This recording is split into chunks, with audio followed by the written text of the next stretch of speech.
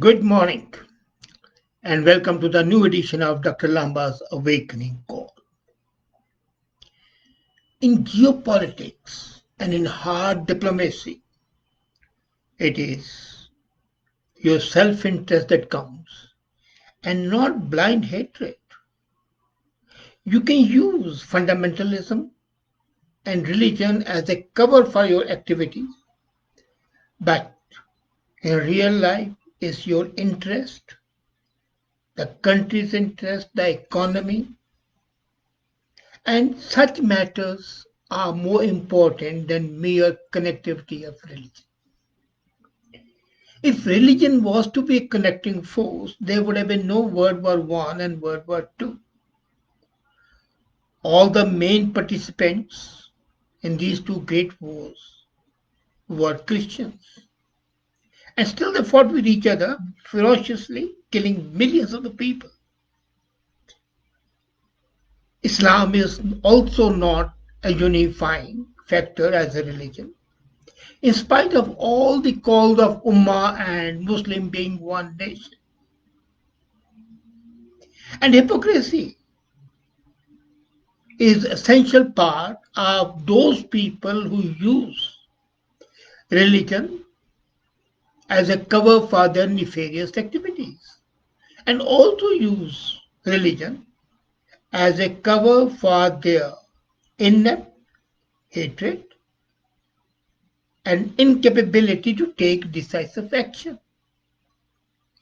The recent happening in OIC, Organization of Islamic Countries, shows that some people never learn. Pakistan has been using religion as a covert and overt means to cause trouble for India. Way back in 1948, they sent Pak army in disguise of Kablis and Balochis saying that they are the freedom fighters. And the Kashmir war started. They have been sending jihadis to create terror in India.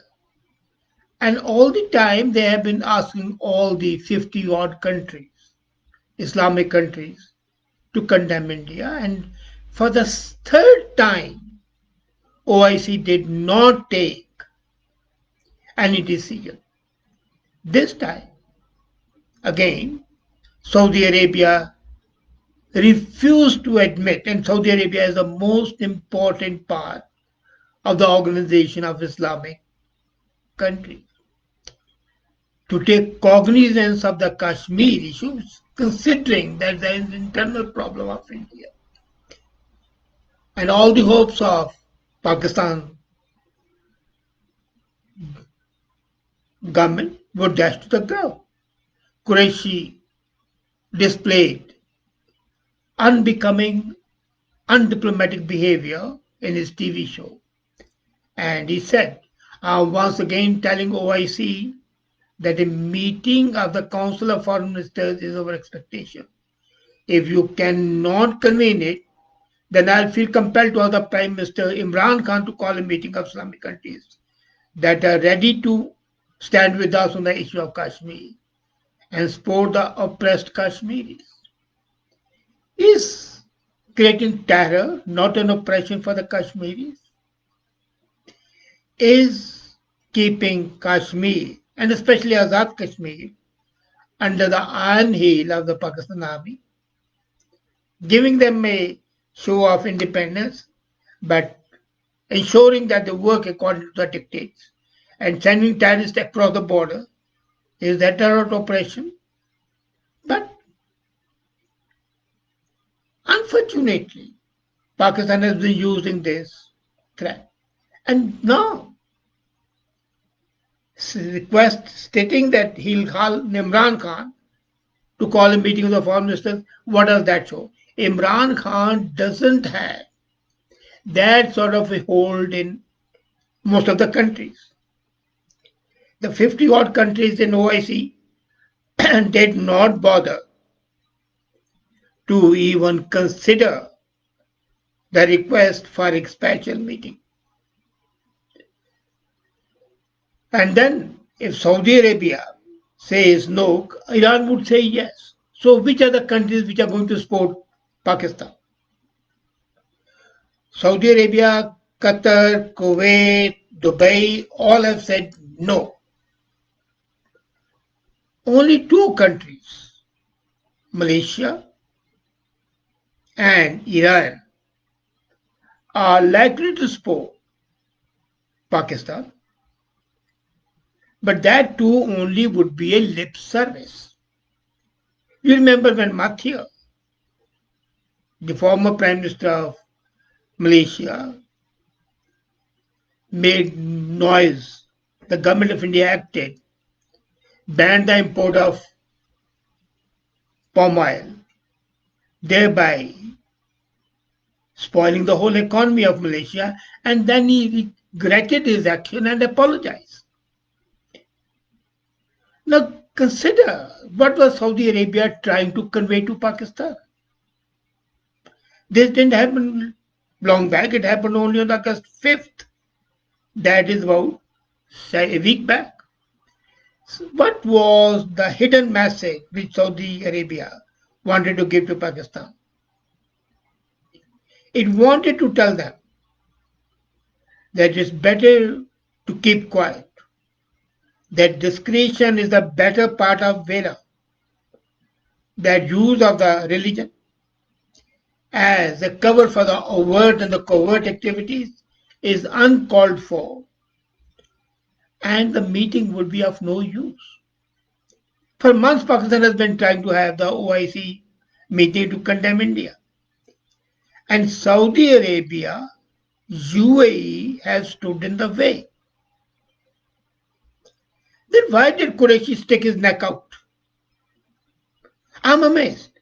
A foreign minister acting in this manner shows lack of diplomatic skills and lack of the geopolitical situation.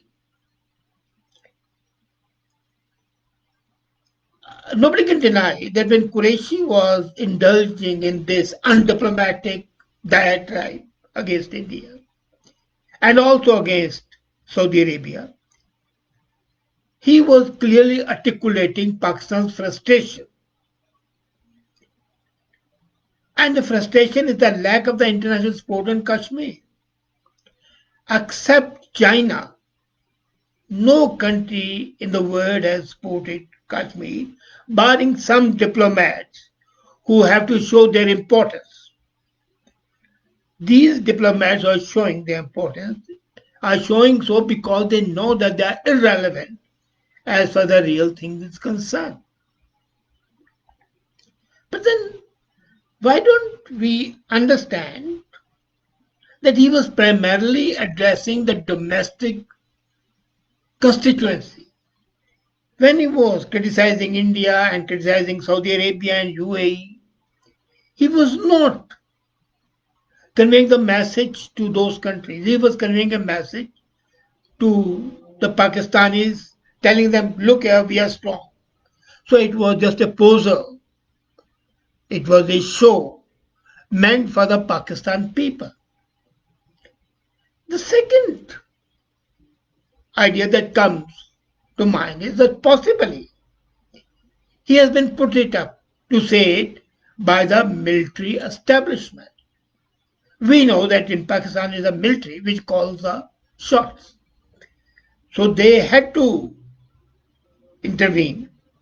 And what better way than using the foreign minister as their mouthpiece? And then that gives them a benefit. It's a deniability. They can say, okay, he said it, we never meant it. And they can escape all criticism.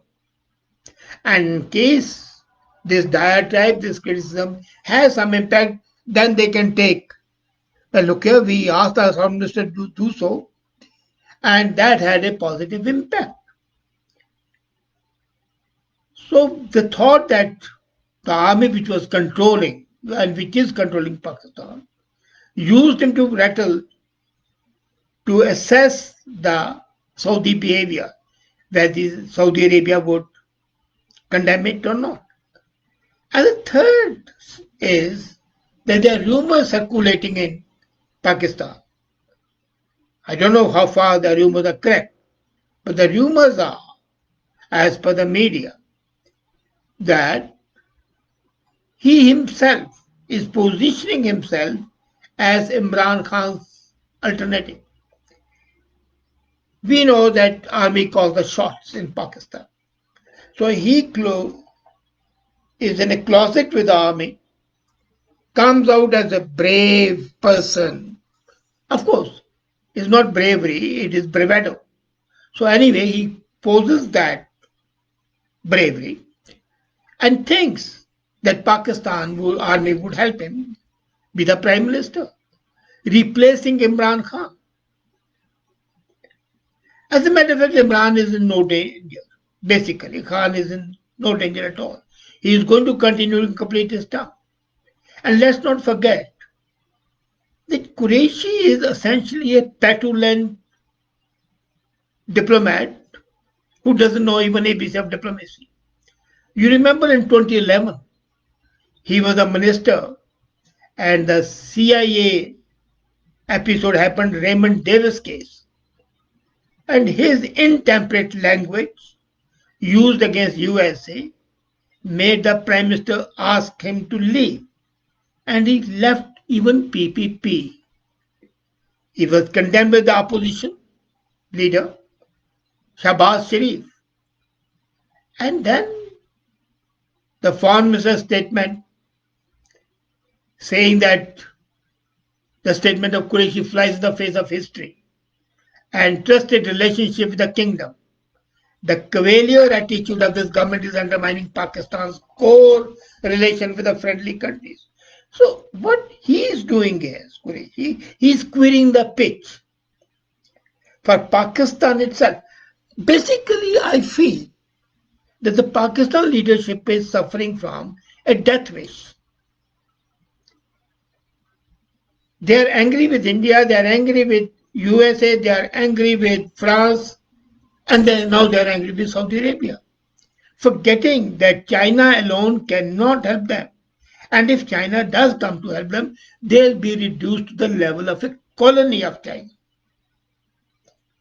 There might be another Mongolia or an Albania.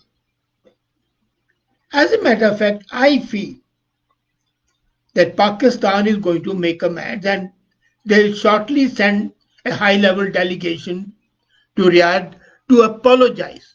Now imagine what happens if Saudi Arabia is really angry. Already Pakistan has suffered badly. They had to pay off $1 billion loan back. Saudi Arabia had given them, as a part of a deal in 2018, $3.2 billion. Money was not due to be returned. But this use of intemperate language,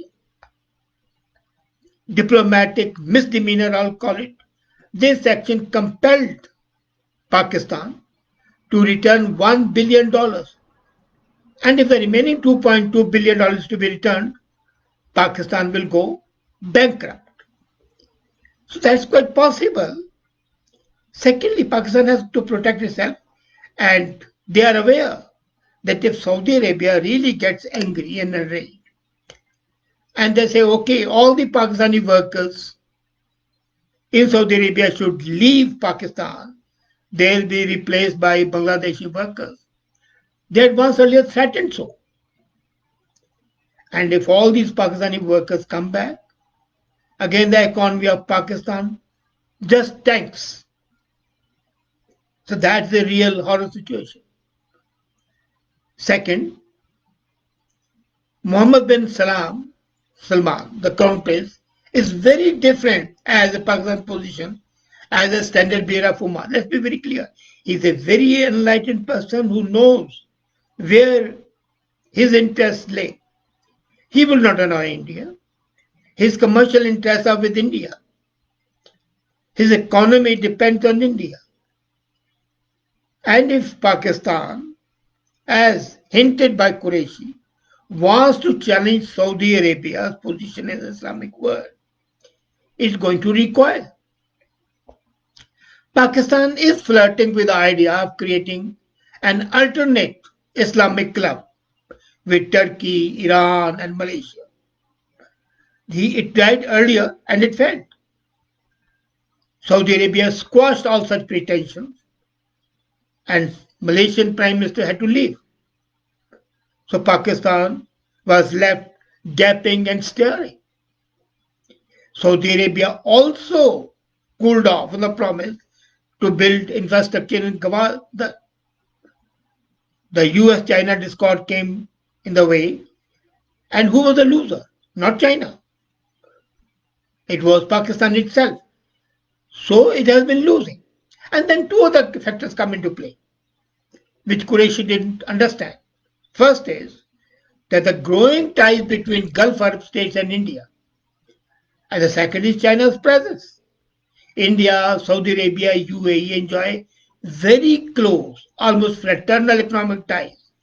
And it's a growing security and defense relations that have brought these countries much closer. Some people in Pakistan mistakenly believe that China and its deep pockets would make up for Saudi belligerence. Pakistan took an additional loan from China to pay off Saudi Arabia. But then, isn't that way Pakistan mortgaging its future to China? And secondly, how long would China keep on supporting a bankrupt state?